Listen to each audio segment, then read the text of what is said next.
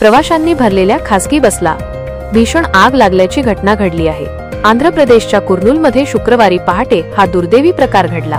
प्राथमिक माहितीनुसार या बसमध्ये 40 प्रवासी प्रवास करत होते। त्यापैकी 20 जणांचा मृत्यू झाल्याची माहिती आहे, तर 8 जण गंभीर जखमी आहेत। जखमी प्रवाशांना उपचारासाठी रुग्णालयात दाखल करण्यात आले आहे।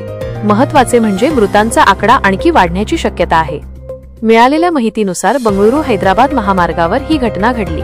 ही बस कावेरी ट्रॅव्हल्स होती, तसेच हैदराबादहून बंगळुरूला जात होती। यावेळी चिन्नाटेक्कूर गावाजवळ या बसचा आणि दुचाकीला अपघात झाला।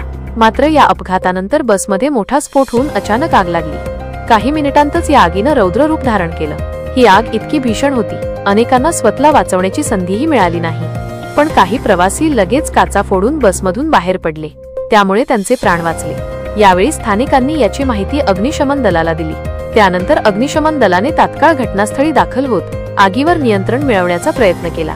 तसेच पोलिसांनी या ठिकाणी पोहोचत बचाव कार्य सुरू केले, पण तोपर्यंत बस पूर्णपणे जळून खाक झाली होती। दरम्यान या घटनेनंतर मुख्यमंत्री चंद्राबाबू नायडू यांनी तीव्र दुःख व्यक्त केले।